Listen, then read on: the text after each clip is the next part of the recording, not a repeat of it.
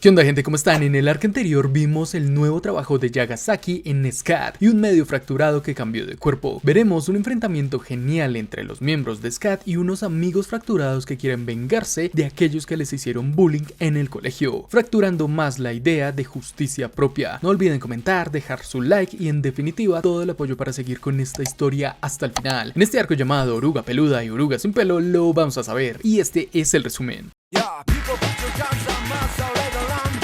Luego de esto, Yagasaki está entrenando con Mikazushi, quien le deja claro desde el inicio que esto no es ningún juego. Le advierte que si no ataca con intención real de matarlo, lo va a lamentar. Sin aviso, le corta el brazo marcando el ritmo del entrenamiento. No se va a detener hasta que Yagasaki logre herirlo, aunque sea un rasguño o muere intentándolo. Yagasaki quiere mejorar, eso lo tiene claro, pero siente que a este paso no va a sobrevivir. A la distancia, Washi y Nakadai observan la escena. Este último critica lo extremo que es Mikazushi. Nadie ha logrado herirlo antes. Piensa que ve algo especial en Yagasaki, pero también es posible que simplemente disfrute la violencia. Yagasaki intenta evolucionar su brazo, dispara múltiples balas con todo lo que tiene, pero no logra hacerle nada. Mikazushi le grita que usa el mismo poder que utilizó contra Misogi, pero eso requiere un deseo real, algo profundo. Sin darle tiempo, vuelve a cortarle el brazo. Yagasaki recuerda que aquella vez su fuerza vino gracias a Yumama, quien limitó su transformación y le permitió usar su poder sin perder el control. Ahora está solo y le preocupa cruzar esa línea y convertirse por completo en un humano fracturado. Esa duda le cuesta caro. Mikazushi vuelve a cortarlo y le dice que con esa velocidad de regeneración no sobreviviría en una pelea real. Lo empuja a ir más allá, a transformarse más, asegurándose que si pierde el control, él lo detendrá o puede quedarse ahí y dejarse morir. Con eso, Yagasaki toma una decisión, libera todo. Recuerda lo que siempre lo ha impulsado, el deseo de matar a esos bastardos. Cada pelea, cada enemigo que eliminó en nombre de la justicia, esa violencia ha sido su fuente de poder. Sus compañeros notan algo que cambió, su cuerpo evoluciona, sus heridas comienzan a cerrarse solas. Recuerda lo que dijo Yumama, es posible que se haya fusionado su poder en su cuerpo. Mikazushi le exige que luche en serio, pero Yagasaki responde que lo único que quiere matar es esa parte débil de sí mismo, quiere dominar su poder. Para probarlo, se dispara en el rostro y se regenera al instante, ya que allí está el pilar de la actividad biológica. Luego apunta a su corazón, diciendo que reunirá toda su fuerza allí para poder canalizarla hacia su brazo derecho. Mikazushi piensa que ya llegó a su límite, pero Yagasaki lo manda a callar, afirmando que esos deseos le pertenecen a él. Los controla por completo, dispara una sola vez y logra repelerlo. ¿Acaso Yagan está despertando? La escena cambia a una pareja que se prepara para cenar. Akun, el hombre, y Mishan, su esposa, recién casados, están felices hablando de su luna de miel y celebrando el ascenso de su esposo a director. Todo se siente tranquilo hasta que suena el timbre. Al abrir aparecen dos jóvenes sonrientes, Imoto y Kemu. Dicen ser nuevos vecinos y traen un regalo, unas extrañas esferas que llaman albóndigas de barro. El esposo sospecha de inmediato. Esa clase de visitas ya no es común. La tensión aumenta cuando Imoto le pregunta si es Ehara de la escuela del norte. Al principio no lo recuerda, pero el otro insiste en que fueron compañeros. Justo cuando empieza a reconocerlos, Kemu entra a la casa diciendo que necesita el baño. A pesar de la negativa, ambos entran sin permiso y empiezan a causar desorden. El dueño amenaza con llamar a la policía, pero Imoto le recuerda que en la escuela solían golpearlos. De repente, Kemu sale del baño, toma el curry hirviendo y se lo lanza a su esposa. El hombre intenta reaccionar, pero es golpeado bestialmente con una de esas bolas, que en realidad contiene una pelota de golf, causando un dolor brutal. En medio del caos le ofrece un trato: si se come una de las bolas, se van. Sin opciones, acepta, pero descubre otra pelota dentro. Entre risas, le afirma que se volvió un adulto aburrido, mientras empieza a transformarse en un humano medio fracturado. Enseguida lanza lo que él llama escupitajo de suerte, que lo derrite dolorosamente. Su esposa, desesperada, es atravesada por Kemu, quien revela ser también un medio fracturado. Antes de irse, chocan las manos, declarando que son los más fuertes y que se aprecian. Ellos son la oruga peluda medio fracturada, Kemu, y la oruga sin pelo medio fracturada, Imoshi. Felices gritan que siempre estarán juntos. Volvemos con Yagasaki y su equipo. Mikazushi nota que su brazo comienza a derretirse defenderse, así que lo corta antes de que explote. Se sorprende y le dice que debió advertirle, pero enseguida entiende que Yagasaki no lo sabía, simplemente alcanzó un control más profundo sobre sus deseos, desbloqueando una nueva forma que supera a muchos fracturados comunes. Mientras lo examinan, llaman a esa forma reactor atómico. Yagasaki siente que ha renacido y Mikatsushi le dice buen chico. Luego invita a Yuma para curarlo y unirse al equipo. Ella acepta sin dudar. Surge la duda sobre el nombre y Yagasaki explica que lo eligió porque se disparó en la cabeza para alcanzarlo. Tras las evaluaciones, agradece a Mikatsushi por hacerlo más fuerte. Este le responde que ahora ese poder tiene un propósito: destruir a Shiharu, el objetivo de su brazo derecho. La calma no dura. Reciben un aviso sobre un nuevo crimen. Al llegar, descubren que es el mismo apartamento donde estuvieron Imoto y Kemu. La escena es brutal, cuerpos destrozados de forma inhumana, y Nakadai usa sus dispositivos para confirmar el origen del ataque. El análisis revela algo inquietante: todas las víctimas pertenecen a la misma secundaria y se graduaron el mismo año. Además, las huellas indican que hay dos responsables distintos. Yagasaki propone rastrear a todos los estudiantes de esa generación, pero le dicen que son más de 100, lo que tomará un buen tiempo. Sin dudar, toma la iniciativa, se transforma y usando su nueva habilidad, dispara una bala directo al rostro del cadáver. Aunque su compañero no entiende bien qué está pasando, Yagasaki explica que ahora, gracias a su evolución, puede cambiar sus balas con su imaginación y voluntad, y extrae un objeto del cuerpo. Al revisarlo, descubren que es una pelota de golf y que proviene del campo relacionado con Imoto. Sin perder tiempo, el equipo se dirige hacia ese lugar. En medio del campo encuentran a Imoto y Kemu como si nada, tranquilos. Yagasaki les pregunta si le pueden ayudar. Les informa que hallaron una de sus pelotas en la escena del crimen. Ambos reaccionan con sorpresa, pero Kemu incluso empieza a llorar, preguntando si hicieron algo malo y si van a arrestarlos. Imoto, en cambio, lo calma con una sonrisa y le recuerda que Hara y los otros que lo acosaban ya están muertos y que lo merecían, así que no hay motivo para llorar. Al ver la expresión de satisfacción en Kemu, Yagasaki confirma lo que sospechaba: ellos son los culpables. Mientras los observa comportarse como si nada, les enseña que aún tienen manchas de curry en los zapatos, una prueba clara de su implicación. También menciona que en la escena encontraron dos tipos de huellas, indicando que eran dos atacantes, justo como ellos. A pesar de todo, los dos se hacen los desentendidos. Yagasaki insiste, repitiendo la pregunta directamente. Entonces el ambiente cambia. Por un segundo se quedan quietos y en un instante atacan a gran velocidad. Yagasaki responde disparando para ganar distancia. En pleno combate, Kemu se sorprende de que los haya identificado tan rápido, mientras se pregunta por qué un policía es un fracturado. Yagasaki analiza sus habilidades. Uno puede disparar ácido, mientras el otro usa un veneno que libera desde el cabello. Cuando Kemu lanza otro ataque, aparece Nakadai con su poder de invisibilidad y lo golpea con fuerza, pero es herido de inmediato por algo que no logra ver. Es entonces cuando descubren la verdad. El poder de Kemu está ligado a una oruga venenosa. Su cuerpo está cubierto de filamentos finísimos de 0.01 milímetros casi invisibles, que puede disparar a corta distancia. Son tan delgados que el ojo humano no los detecta, lo que le permite atacar sin que lo noten. Nakadai cae y la situación se vuelve crítica. Imoto, furioso, dice que muera y lanza una bala de ácido hacia el herido. Yagasaki se interpone para protegerlo. Imoto le advierte que si no sacan el veneno rápido, ese hombre va a morir. Mientras se justifica, dice que quienes los acosaban ahora viven tranquilos, como si nada hubiera pasado, y eso es imperdonable. Afirma que no importa cuánto tiempo pase, nadie vendrá a hacer justicia por ellos, ni Dios hizo algo. Por eso decidieron hacerla por su cuenta. Con una mirada fría les dice que no se interpongan. Esa es su forma de justicia. Yagasaki comprende una nueva perspectiva de esta, pero eso no justifica sus asesinatos. Después, Yagasaki deja a Nakadai en el hospital y comienza a investigar por medio de los álbumes de graduación. Pronto descubre sus identidades: Imoto Saishi y Takemura Ryo. Con esa información, el equipo empieza a planear, pero encontrarlos en todo Tokio no es sencillo. Yagasaki propone una estrategia diferente. En lugar de buscarlos directamente, buscarán a sus posibles objetivos. Si lo que los mueve es la venganza, irán tras quienes los dañaron. Así empieza una investigación enfocada en antiguos acosadores. Durante ese proceso, Yagasaki le pregunta a Mikatsushi si cree que lo que hace Imoto y Kemu es lo correcto. Mikatsushi guarda un silencio unos segundos y responde con otra pregunta: si alguna vez fue acosado. Yagasaki dice que no. Mikatsushi, con un tono amargo, explica que como tal no existe un crimen llamado acoso escolar. Por eso quienes lo sufren solo pueden aguantar y llorar en silencio. Nadie los ayuda, nadie los salva. Desde su punto de vista, lo que hacen esos dos también puede considerarse una forma de justicia, pero Yagasaki no lo acepta. Dice que aunque nadie los haya ayudado, eso no justifica matar. No puede aceptar que llegue tan lejos. La investigación continúa, van casa por casa hablando con antiguos compañeros, pero la mayoría niega haber participado directamente, aunque admiten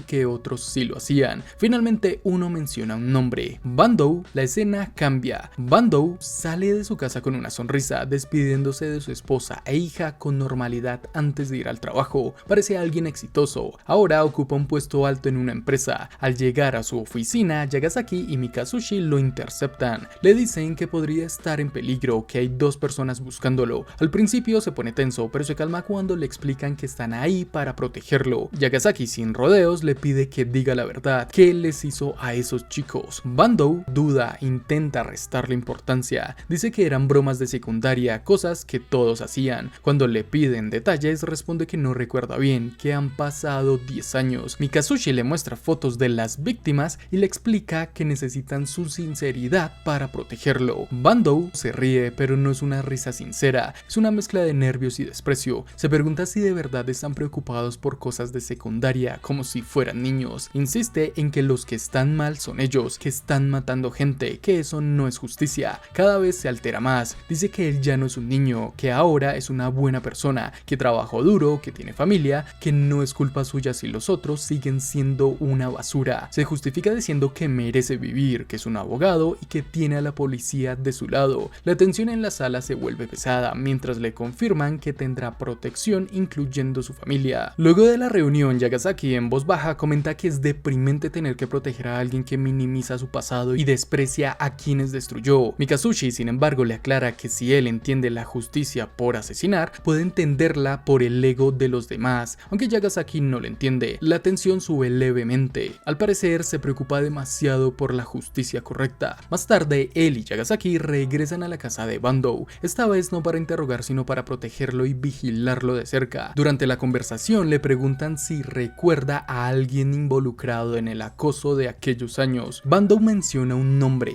Haruto. La escena cambia. Haruto llega a su casa revisando su bolsillo distraído, hasta que escucha una voz detrás de él diciéndole que se le cayó algo. Al girarse se encuentra con Imoto, no entiende qué está pasando, pregunta confundido, pero en ese instante aparece Kemu también detrás de él, sosteniendo una pequeña esfera, la bola de barro. Haruto empieza a retroceder, nervioso, preguntando quiénes son. Nos responden con un recuerdo. A través de un flashback se ve como Haruto y otros estudiantes golpeaban a Kemu usando esas mismas bolas de barro. No era un juego, los lanzamientos eran brutales, lo suficiente para dejarlo al borde del desmayo. Nadie intervenía. Los demás estudiantes observaban en silencio, convirtiéndose en cómplices por omisión. Incluso lo obligaban a comerse esas bolas, amenazándolo para que no dijera nada. Los profesores sabían lo que pasaba, pero preferían ignorarlo. Era más fácil mirar hacia otro lado que enfrentar el problema. En otra golpiza cae escuchando a un grupo de amigos ajeno, pensando en que sería bueno tener amigos. Mientras estaba solo en este patio, alguien se le acerca. Kemu se sobresalta pensando que será otro ataque, pero esta vez es diferente. Una voz tranquila lo calma. Cuando levanta la mirada, ve a Imoto, quien le muestra un insecto con una sonrisa. Le explica que es una oruga que se convertirá en mariposa y que no hace daño. Desde ese momento comienzan a caminar juntos de regreso a casa. Durante esos trayectos, Imoto le habla sobre su fascinación por las mariposas, que será un investigador de estas cuando crezca. Y poco a poco Kemu empieza a abrirse. Confiesa que probablemente lo molestan porque es pobre y no tiene padres, aunque los profesores le tenían cierta consideración. Sin embargo, los padres de los agresores influían en la escuela, generando resentimiento hacia él. Aún así, Kemu decide soportarlo en silencio como siempre, pero Imoto no está de acuerdo. Le dice que es una forma de vivir lamentable, que tiene que vengarse de los agresores. Al día siguiente, Imoto aparece golpeado en la escuela. Kemu pregunta qué le pasó y él explica que Bandou tomó una foto de ambos juntos y empezó a difundir rumores sobre su orientación. No lo soportó y terminó golpeándolo, pero eso provocó que otros 5 lo atacaran. Kemu reacciona de inmediato, le dice que debería alejarse de él para no meterse en más problemas, pero al mismo tiempo saca una pecera de su mochila donde capturó varias orugas y se la entrega entrega a Imoto. Le dice que con eso podrá cumplir su sueño. Imoto lo observa en silencio y después de unos segundos extiende la mano. Ambos chocan sus manos con fuerza, sellando una promesa: ya no estarán solos, ya no serán víctimas y algún día se vengarán. Si te está gustando el resumen, no olvides dejar tu like y suscribirte. Muchas gracias por el apoyo. Al día siguiente los abusos continúan, pero ahora existe un plan. Durante una reunión de padres, cuando profesores y representantes están presentes, Kemu se levanta y expone todo. Frente a la pizarra y con un celular reproduce las pruebas del acoso. Grabó todo lo que le gritaban, burlas, amenazas y humillaciones lideradas por Bandou. La reacción es inmediata, su madre se disculpa. Bandou finalmente enfrenta consecuencias. Esa misma tarde, Imoto y Kemu regresan a casa juntos. El ambiente es distinto. Por primera vez sienten que pueden respirar sin miedo. En la sala, los padres de Imoto lo reciben cálidamente. Arriba en su cuarto notan algo especial. Una de las orugas comienza a transformarse en mariposa. Es un instante simbólico, casi perfecto. Se alegran de ser amigos, pero esa paz dura poco. Días después, en el transporte público, una mujer acusa al padre de Imoto de abuso sexual. No hay pruebas claras, pero el escándalo se expande rápido. La reputación queda destruida en cuestión de horas. Más tarde, Imoto va en el auto con su madre, reciben una llamada y ella acelera el rumbo hacia la comisaría para entender qué está pasando. Están seguros de que él no hizo tal cosa, pero en el camino, Bandou aparece arriba en un puente y lanza una pelota de golf que golpea con fuerza el parabrisas. La madre pierde el control del vehículo, que derrapa y termina volcando de forma violenta. Todo se oscurece. Desde lo alto de un puente, Bandou observa la escena con una sonrisa torcida. Baja lentamente y con frialdad susurra que ha ganado. Para él, eso es solo el inicio de su venganza y le pregunta si quiere seguir haciéndolo. Al día siguiente, Imoto no asiste a la escuela. Los rumores corren entre los estudiantes por parte del idiota de Bandou. Su padre fue arrestado por el supuesto abuso y tuvo que pagar una gran suma para salir. Su madre quedó paralizada de la cintura para abajo tras el accidente. Todo parece haberse derrumbado. Kemu escucha que todo fue planeado por Bandou. Contrató a alguien para hacer la acusación falsa y provocó el accidente, pero gracias a su dinero no enfrentó consecuencias legales. Indignado, Kemu va a ver a Imoto y le pregunta por qué no hace nada. Si la policía no actuará, entonces deberían hacerlo ellos. Imoto, completamente apagado, le dice que se vaya, que todo ya terminó, que no hay nada más que hacer, solo queda llorar hasta quedarse dormido. Kemu, cargado de culpa, insiste en saber en qué otra opción tienen si no es vengarse. Mientras hablan, se muestra el estado de la casa de Imoto y de sus padres. Antes cálida y ordenada, y ahora está descuidada, oscura y en silencio. Es un reflejo del daño. Imoto finalmente responde que si hubiera sabido que todo terminaría así, no habría hecho nada desde el principio. Como consecuencia, el negocio familiar, un centro de golf, ha perdido a todos sus clientes, y si la situación sigue así, él mismo tendrá que empezar a trabajar para sostener lo poco que queda. Le dice a Kemu que aunque todo lo que vivieron juntos fue importante para él, ese tiempo ya terminó. No lo dice con rabia, sino con una especie de resignación pesada. Después de ese momento, él deja la escuela completamente. Kemu continúa asistiendo, pero todo vuelve a ser igual. Sigue siendo víctima de acoso, incluso el día de su graduación, donde debería haber encontrado algún cierre, pero en su lugar solo reafirma lo mismo de siempre. 10 años después, la situación no mejora para Imoto. Sus padres mueren y durante el funeral, varias personas intentan consolarlo con palabras vacías. Él escucha, pero no reacciona. Nada de lo que dicen parece tener sentido para él. Primero su padre y después su madre murieron, y ahora solo tiene deudas. Con el tiempo, termina trabajando como empleado en un parque de diversiones, atrapado en una rutina sin cambios. Su vida se vuelve plana, repetitiva, sin ningún tipo de satisfacción. Un día, mientras trabaja, una pareja le pide que les tome una foto. Cuando observa al hombre, se da cuenta de algo que lo descontrola por completo. Es Bandou, el responsable de haber destruido su vida. Ese mismo sujeto ahora es un adulto tranquilo, sonriente, agradecido por el favor. En ese momento, Imoto entiende algo que lo rompe por dentro. La justicia no existe. Esa persona siguió adelante, logró ser feliz, mientras él quedó atrapado en una vida sin futuro. Más tarde, en el transporte público, no puede dejar de pensar en eso. El mundo le parece completamente injusto. Las lágrimas le caen sin poder detenerlas. Es en ese momento cuando aparece Shiharu frente a él. Lo observa con calma y le hace una sola pregunta: ¿cuál es su deseo? Imoto no duda ni un segundo. Quiere vengarse, no solo por él, sino también por su amigo. La historia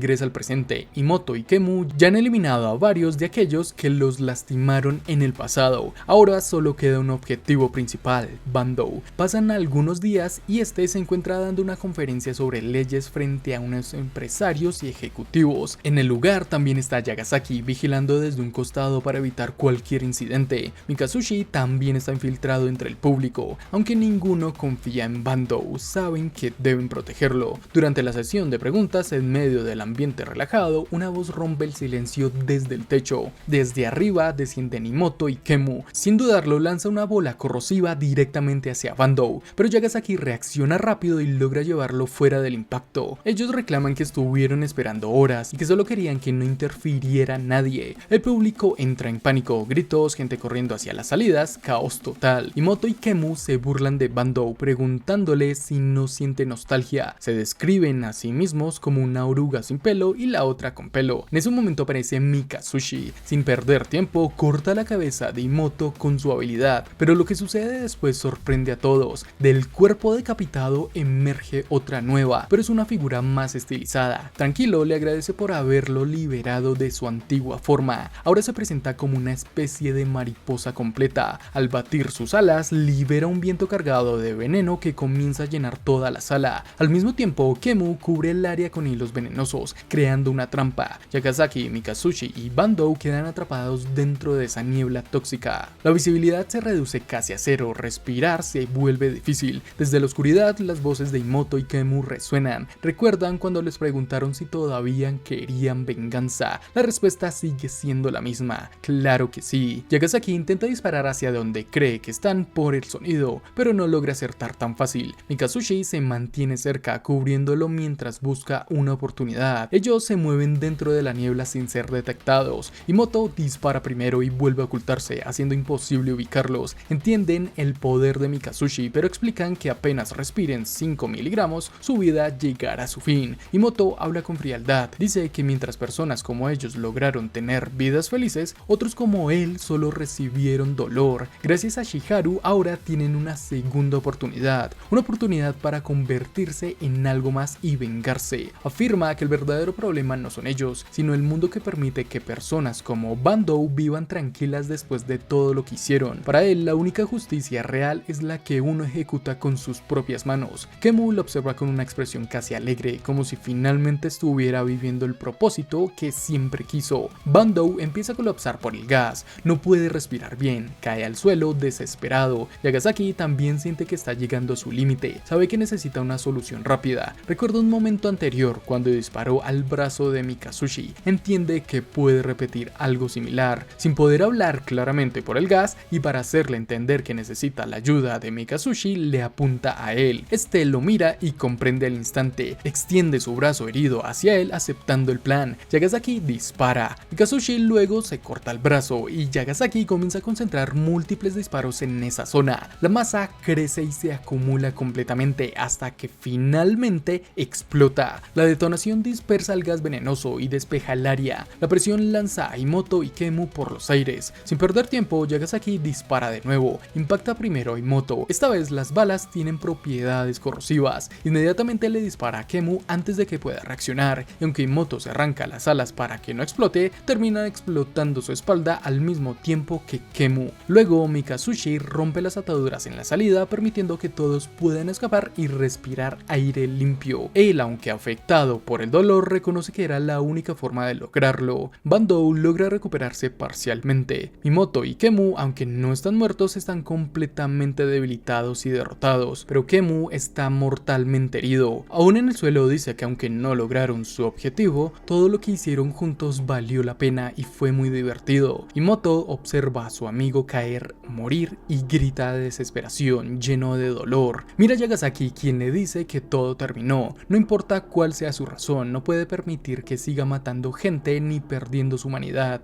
Moto responde con una pregunta directa: si eliminar humanos fracturados también cuenta como justicia. Para él, alguien como Bandou ya dejó de ser un humano hace mucho tiempo. ¿Acaso realmente entre ellos existe alguna diferencia? Las palabras de Moto dejan a Yagasaki completamente inmóvil. Por un momento no puede responder. La pregunta se le queda dando vueltas en la cabeza: ¿cuál es realmente la diferencia entre ellos? Moto no se detiene y le dice que Bandou destruyó su vida, arruinó su familia y aún así sigue adelante, feliz, incluso formando una nueva y feliz vida. Para él es igual que un humano fracturado. Frente a todos, Imoto le suplica que le deje terminar con Bandou. Quiere hacerlo con sus propias manos. Bandou reacciona con desprecio, lo llama estúpido, además de monstruo, alguien que debería ser ejecutado. Exige que Yagasaki lo elimine, como si estuviera frente a un ser que no merece seguir viviendo. Pero Imoto insiste, le ruega a Yagasaki que le dé esa oportunidad. Le promete que después podrá matarlo si quiere. Dice que si muere ahora sin vengarse, entonces nada de lo que hizo tendría sentido. Ni la muerte de Kemu, ni el dolor, ni su transformación en humano fracturado. Para él todo perdería valor. Yagasaki en silencio empieza a considerar algo que le incomoda. Tal vez no son tan diferentes. Tal vez ambos vienen de vidas vacías, llenas de frustración, y sobrevivieron como pudieron hasta obtener ese poder, el deseo de matar a esos desgraciados.